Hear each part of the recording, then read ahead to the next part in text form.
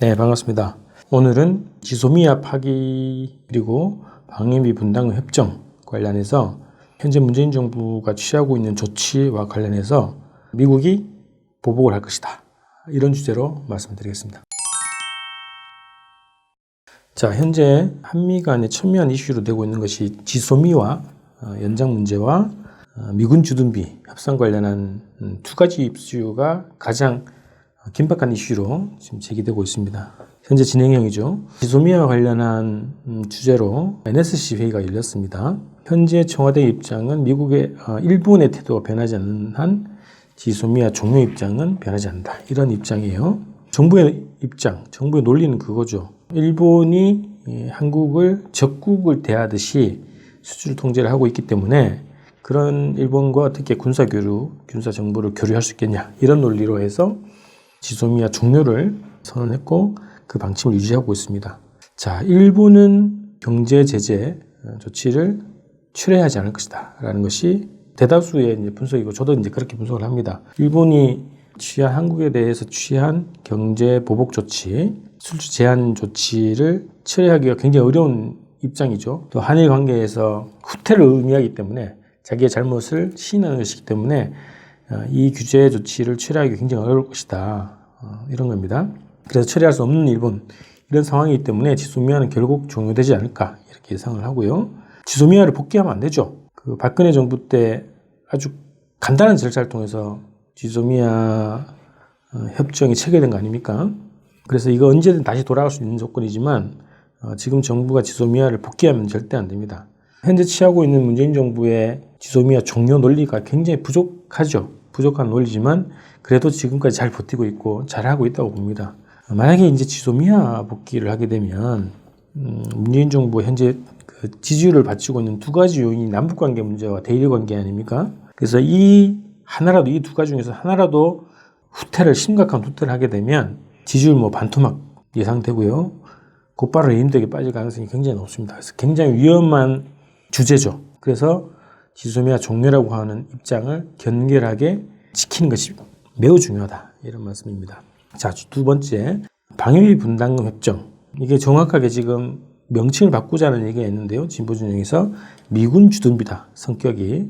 그래서 미군 주둔비 협상이라고 부르는 게 정확할 것 같아요. 자, 이 주제에 대해서 지금 정부의 입장은 과하다는 거죠. 그리고 한미 방위비 분담금 협정에 규정되어 있는 이 항목을 넘어서는 것에 대해서 받아들일 수 없다. 이런 입장이에요. 그래서 미국의 요구를 수용할 수 있지만 이 협정의 범위 내에서 합의를 해야 된다. 이렇게 주장을 하고 있습니다. 그런 입장으로 협상을 하고 있는데 어쨌든 3차 협상이 결렬되었습니다. 자, 미국은 제가 볼 때는 이 입장을 철회하지 않을 것 같습니다. 미국의 기본 입장을 끝까지 고수하려고 할 것이고 이게 지금 일본과 독일과 체결하게 되어 있는 이 협상과 관련한 시금석이 되는 거예요. 그래서 이 한국과 협상이 굉장히 중요한 겁니다. 미국 입장에서는.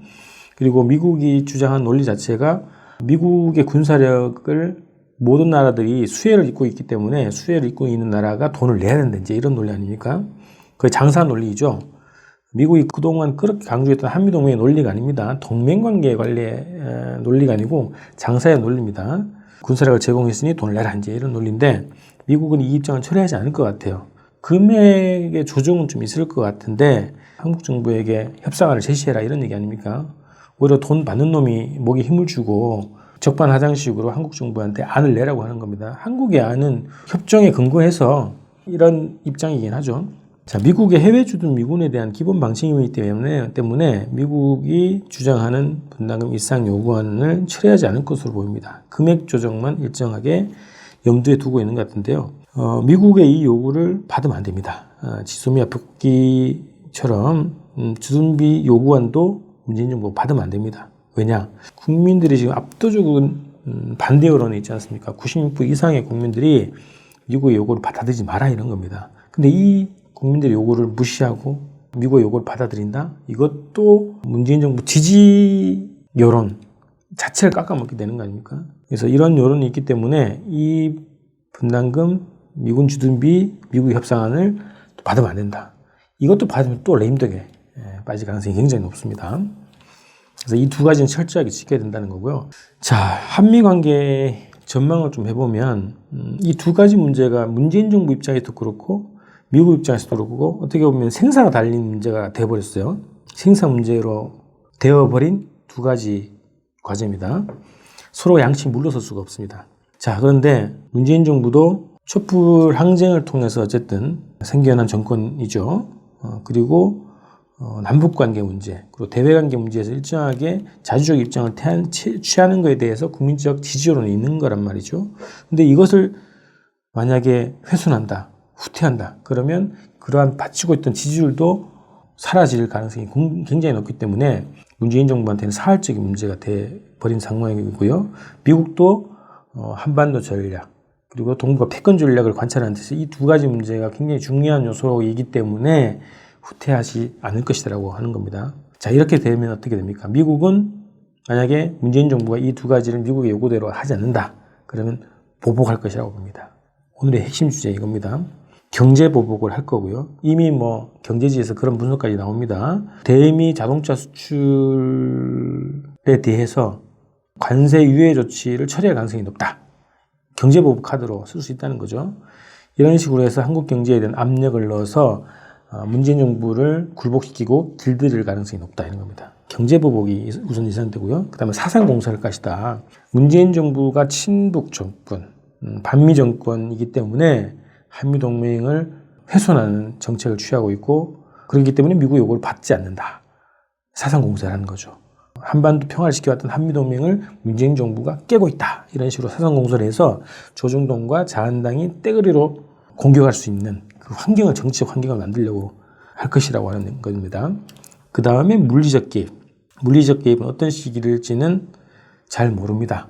그러나 2016년 쿠데타 음모까지 추진되었던 걸 봐서 이 계획도 완전히 가능성이 사라진 것이 아니라고 봐야 된다고 생각합니다. 그 세력들이 여전히 살아있고, 정치적으로는 자한당으로 살아있고, 물리적으로는 군부, 그 쿠데타를 추진했던 핵심 세력들이 그대로 군부에 존재하고 있다는 거죠. 그래서 이 가능성도 배제할 수 없다는 겁니다. 굉장히 갈등과 위기가 조성될 가능성이 많다, 이런 겁니다. 그래서 우리는 어떻게 해야 되냐? 진보 개혁 진영은 작은 차이를 미루고 무조건 단결을 해야 됩니다. 자, 외세가 이렇게 자기의 패권을 관찰하기 위해서 대대적인 최대의 압박 정책을 펼치고 있고 우리의 정부를 공격하고 있는데, 이 공격 앞에서 우리가 작은 차이로 티격태격 할 수는 없는 거 아닙니까? 뭉쳐서 싸워야 이깁니다. 이거는 진리죠. 자, 민족의 이익을 지키는 것보다 더 중요한 것이 없지 않습니까? 민족의 이익을 지켜야 계급 문제도 해결 가능하다, 이런 거 아닙니까? 지금은 외세의 압박 공세, 미국과 일본의 압박 공세, 그리고 거기에 부안해동하는 자한당 같은 토착 외구 검은머리 미국당, 이들을 청산하는 투쟁의 모든 세력들이 힘을 모아야 됩니다. 자, 기승전 총선 승리라고 제가 매번 방송에서 말씀드립니다. 자, 기승전 총선 승리가 그래서 더 중요한 겁니다. 토착 외구 검은머리 미국 놈들을 청산해야 한반도 평화가 오고 주권 회복이 올 수 있습니다. 미국의 1단계 목표가 친미 세력들의 총선 승리라고 봅니다. 그래서 경제 보복도 하고 사상 공세도 해서 자한당이 총선에서 압승할 수 있는 정치적 환경, 물리적 환경을 만들려고 하는 것이 미국의 1차적 목표라고 보는 겁니다. 그래서 이들이 미국의 이익을 앞장서서 관철하는, 미국 우선주의를 실천하는 정치적 환경을 만들 것을 목표를 하고 있는 것이 미국의 1단계 목표라고 합니다. 그래서 기승전 총선 승리를 위해서 우리가 작은 차이를 미루고 무조건 단결하자. 단결해서 싸워야 이길 수 있다. 이 말씀을 드립니다. 자, 오늘 이렇게 말씀 마치고요. 다음 주에 뵙겠습니다. 고맙습니다.